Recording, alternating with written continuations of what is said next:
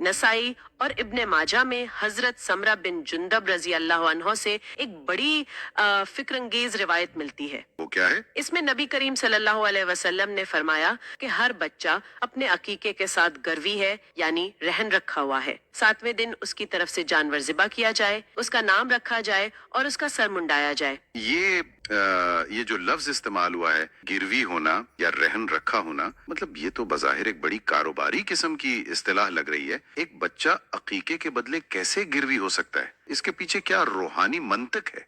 علماء کرام نے اس کی بڑی خوبصورت تشریح کی ہے. دیکھیں، گروی ہونے کا مطلب یہاں کوئی مالی قرض نہیں ہے، بلکہ روحانی حفاظت اور برکت کا رک جانا ہے. اچھا، روحانی حفاظت کا رک جانا؟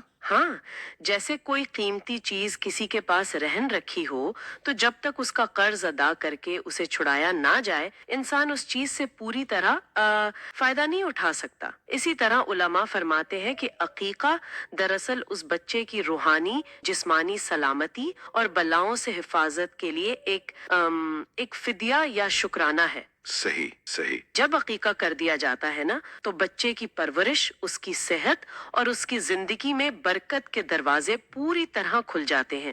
تو یہ محض کوئی دعوت نہیں ہے، بلکہ اللہ کے حضور ایک نئی جان کو پیش کرنے کا نظام ہے. اگر اس ساری گفتگو کو سنا جائے اور آج کے دور کی زبان میں سمجھنے کی کوشش کی جائے تو کیا یہ کہنا درست ہوگا کہ قربانی ایک طرح کا سالانہ روحانی ٹیکس یا تجدید عہد ہے، جیسے ہر سال ایک مقررہ وقت پر ہم اللہ کے ساتھ اپنی وفاداری کا عہد تازہ کرتے ہیں؟ بالکل. اور عقیقہ زندگی کا ایک کیا کہتے ہیں ون ٹائم مائل سٹون یا ایک افتتاحی تقریب ہے جو پیدائش پر منائی جاتی ہے. جی، یہ تشبیہ معاملے کو بہت خوبصورتی سے سمیٹ لیتی ہے. سالانہ تجدید عہد اور زندگی کا ایک خاص سنگ میل، اور ان دونوں عبادات کا بنیادی فرق یہی ہے، اور اسی فرق کی وجہ سے ان کے شرعی احکامات بھی آگے جا کر اپنے اپنے راستے پر چل پڑتے ہیں. اور یہیں سے ذہن میں وہ سوال جرم لیتا ہے جو معاشرے میں اکثر بحث کا موضوع بنتا ہے. یہاں یہ بات بہت ہی دلچسپ ہو جاتی ہے. جی بتائیں. چونکہ یہ دونوں عبادات جانور کے ذبح ہونے سے جڑی ہیں تو انسان سوچتا ہے کہ شاید ان کا آپس میں کوئی گہرا کنیکشن ہے. مثال کے طور پر ایک عام الجھن جو اکثر سننے کو ملتی ہے وہ یہ کہ اگر کسی شخص کا بچپن میں عقیقہ نہیں ہوا تھا، مطلب شاید والدین کے پاس استطاعت نہیں تھی یا کوئی مجبوری تھی، اور اب وہ شخص 30 سال کا ہو گیا ہے، صاحب نصاب بھی ہے، تو کیا وہ قربانی کر سکتا ہے؟ لوگ اکثر ٹوک دیتے ہیں کہ بھئی جب تک تمہاری زندگی کی وہ پہلی افتتاحی تقریب یعنی عقیقہ نہیں ہوا تو تمہارا یہ سالانہ تجدید عہد یعنی قربانی کیسے قبول ہو سکتی ہے؟ تو کیا واقعی عقیقہ قربانی کے لیے کوئی لازمی شرط ہے؟ یہ ہمارے معاشرے کی ایک بہت ہی عام غلط فہمی ہے. منطقی طور پر انسان کا دماغ یہی سوچتا ہے کہ بھئی جب پہلا قدم نہیں اٹھایا تو دوسرا کیسے ممکن ہے.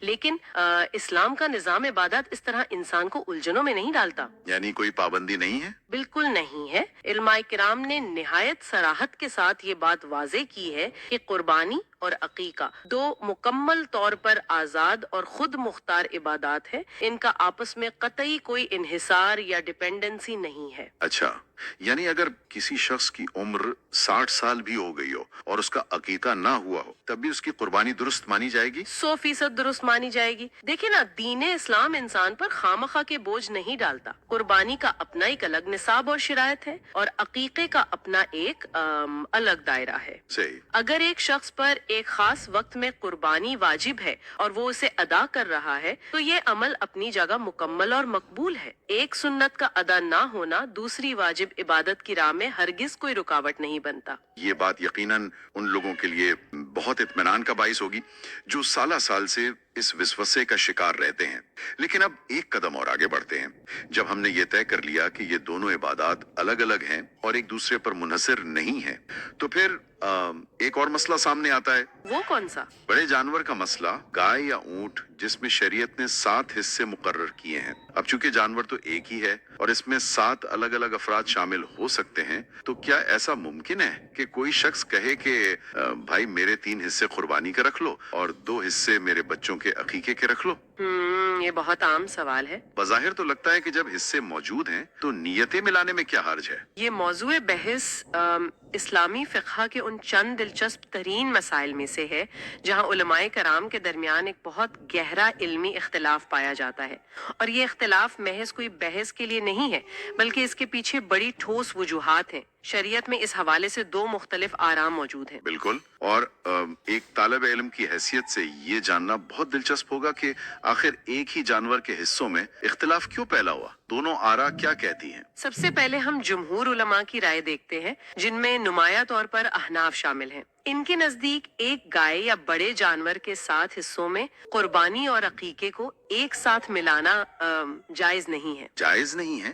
اور اس ممانعت کی وجہ کیا ہے؟ مطلب جب شریعت نے 7 حصے دے دیے ہیں تو پابندی کس بات کی؟ اس کی وجہ وہ بنیادی فرق ہے جس کا ذکر ہم نے شروع میں کیا تھا، یعنی مقصد۔ احناف کی دلیل بڑی منطقی ہے۔ وہ کہتے ہیں کہ ایک جانور چاہے اس کے 7 حصے ہوں، وہ ایک اکائی ہے، ایک اینٹیٹی ہے۔ صحیح۔ قربانی کا مقصد ذوالحجہ کے دنوں میں ایک خاص عبادت ادا کرنا ہے، جبکہ عقیقے کا مقصد پیدائش کے شکرانے کے طور پر جانور کا خون بہانا ہے۔ چونکہ مقاصد بالکل متضاد ہے، اس لیے انہیں ایک ہی جانور میں خلط ملط نہیں کیا جا سکتا۔ یہ بات تو سمجھ میں آتی ہے۔ اور مزید یہ کہ نبی کریم صلی اللہ علیہ وسلم کی سیرت طیبہ میں کوئی ایک واقعہ ایسا نہیں ملتا جہاں آپ نے قربانی اور عقیقے کو کسی ایک جانور میں جمع کیا ہو۔ اس دور میں بھی بڑے جانور ذبح ہوتے تھے نا، لیکن ان دونوں عبادات کو ہمیشہ الگ الگ ہی رکھا گیا۔ واہ، یہ دلیل تو واقعی بڑی مضبوط لگتی ہے کہ جب مقاصد متضاد ہیں اور تاریخ میں مثال بھی نہیں ملتی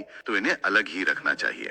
لیکن بعض علماء جیسے شوافے اور دیگر جو اس کی اجازت دیتے ہیں، ان کی دلیل کیا ہے؟ وہ اسے کیسے دیکھتے ہیں؟ شوافے اور بعض دیگر مسالک کے نزدیک یہ عمل جائز ہے۔ ان کا زاویہ نگاہ تھوڑا مختلف ہے۔ وہ پورے جانور کو ایک اکائی کا طور پر نہیں دیکھتے، بلکہ وہ کہتے ہیں کہ شریعت نے جو 7 حصے مقرر کیے ہیں، ہر حصہ اپنی جگہ ایک الگ اور مکمل جانور کے قائم مقام ہے۔ اچھا، یعنی 7 حصے 7 الگ جانور؟ بالکل، یعنی اگر ایک گائے میں 7 حصے ہیں تو وہ دراصل 7 الگ الگ جانوروں کے برابر ہے۔ لہٰذا اگر ایک شخص ایک حصے کا مالک ہے اور اس کی نیت قربانی کی ہے اور دوسرے حصے کے مالک کی نیت عقیقے کی ہے، تو چونکہ حصے الگ ہیں اس لیے نیتیں مختلف ہونے کے باوجود عبادت ادا ہو جائے گی۔ ان کے نزدیک ہر حصہ آزاد ہے۔ یہ تو دونوں طرف بڑی گہری منطق موجود ہے۔ ایک طرف جانور کو ایک اکائی مانا جا رہا ہے اور دوسری طرف حصوں کو۔ لیکن اس ساری بحث کا نتیجہ کیا نکلتا ہے؟ ایک عام انسان جو بازار جاتا ہے، پیسے خرچ کرتا ہے، وہ ان پیچیدگیوں میں تو نہیں پڑ سکتا نا۔ وہ تو بس یہ چاہتا ہے کہ اس کا عمل اللہ کے ہاں قبول ہو جائے، تو اس کے لیے کیا راستہ ہے؟ دیکھیں، جب بھی شرعی معاملات میں ایسا فقہی اختلاف سامنے آئے جہاں دلائل دونوں طرف موجود ہوں، تو اسلام ہمیں ایک بہت ہی خوبصورت اور سنہرا اصول دیتا ہے، اور وہ ہے احتیاط۔ احتیاط؟ جی، علماء کرام کا متفقہ مشورہ یہی ہے کہ سب سے بہتر، محتاط اور دلی اطمینان والا راستہ یہی ہے کہ قربانی اور عقیقے کو آپس میں نہ ملایا جائے۔ ان دونوں کے لیے الگ الگ جانور ذبح کیے جائیں۔ یعنی اگر گنجائش ہو تو کسی بھی قسم کے شک میں پڑنے کے بجائے الگ الگ جانور کر لینا چاہیے، تاکہ دل میں کوئی کھٹک نہ رہے۔ بالکل، عبادت کا اصل مقصد صرف کوئی کام نپٹانا نہیں ہوتا، بلکہ دل کا سکون اور روحانی اطمینان حاصل کرنا ہوتا ہے۔ اگر کوئی شخص گائے کے حصوں میں قربانی اور عقیقہ ملا لیتا ہے تو اس کے دل کے ایک کونے میں یہ شک ضرور رہے گا کہ کہیں میری عبادت میں کوئی کمی تو نہیں رہ گئی۔ ہاں، یہ تو ہے۔ انسان سوچتا ہے کہ کہیں عمل ضائع نہ ہو جائے۔ جی، اور جب انسان الگ الگ جانور ذبح کرتا ہے تو وہ ہر قسم کے فقہی اختلاف سے باہر نکل آتا ہے، اور اسے 100% یقین ہوتا ہے کہ اس کی عبادت شریعت کے ہر زاویے سے مکمل ہے، اور یہی دلی اطمینان ایک سچے مسلمان کی اصل کمائی ہے۔ واقعی جہاں اطمینان ہو وہاں عبادت کی مٹھاس بھی بڑھ جاتی ہے۔ اب اس بحث کو ذرا وقت اور کیلنڈر کے حوالے سے دیکھتے ہیں۔ انسان فطرتاً سہولت پسند ہے نا، اور آج کی مصروف زندگی میں تو ہر کوئی آسانی ڈھونڈتا ہے۔ بالکل ایسا ہی ہے۔ تو فرض کریں ایک صورتحال ہے، گھر میں ایک بچے کی پیدائش ہوئی ہے۔ اب والدین دیکھتے ہیں کہ 2-3 مہینے بعد ہی عید الاضحیٰ آنے والی ہے۔ اب وہ حساب لگاتے ہیں کہ ابھی الگ سے جانور لاؤ، کسائی کے نخرے اٹھاؤ، رشتہ داروں کو بلا کر دعوت کرو۔ یہ تو بڑا جھنجھٹ ہے، کیوں نہ اسے عید تک مؤخر کر دیں۔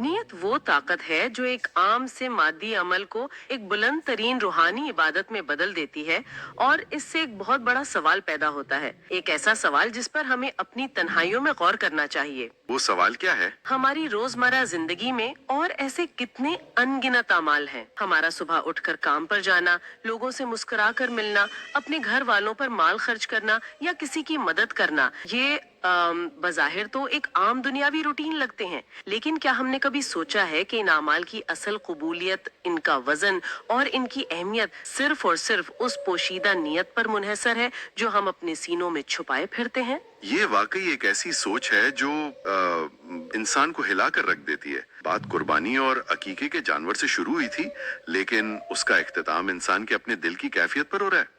اعمال کا سارا دار و مدار ان نیتوں پر ہے جو بظاہر نظر نہیں آتی، لیکن اللہ کے ترازو میں سب سے زیادہ وزن انہی کا ہوتا ہے۔ بالکل، یہی اصل بات ہے۔ ہمیں امید ہے کہ اس تحقیقی نشست نے ان پیچیدہ شرعی مسائل کو سلجھانے کے ساتھ ساتھ ایک نئے اور گہرے روحانی زاویے سے سوچنے کی راہ بھی دکھائی ہوگی۔ عبادات کے ظاہری ڈھانچے کو سمجھنا جتنا ضروری ہے، ان کی اندرونی روح اور نیت کی پاکیزگی کو برقرار رکھنا اس سے بھی کہیں زیادہ اہم ہے۔ اس سوچ اور فکر کو اپنے ساتھ رکھیے گا۔ کسی اور معلوماتی اور فکر انگیز موضوع کے ساتھ پھر ملاقات ہوگی۔ تب تک کے لیے اجازت دیجیے۔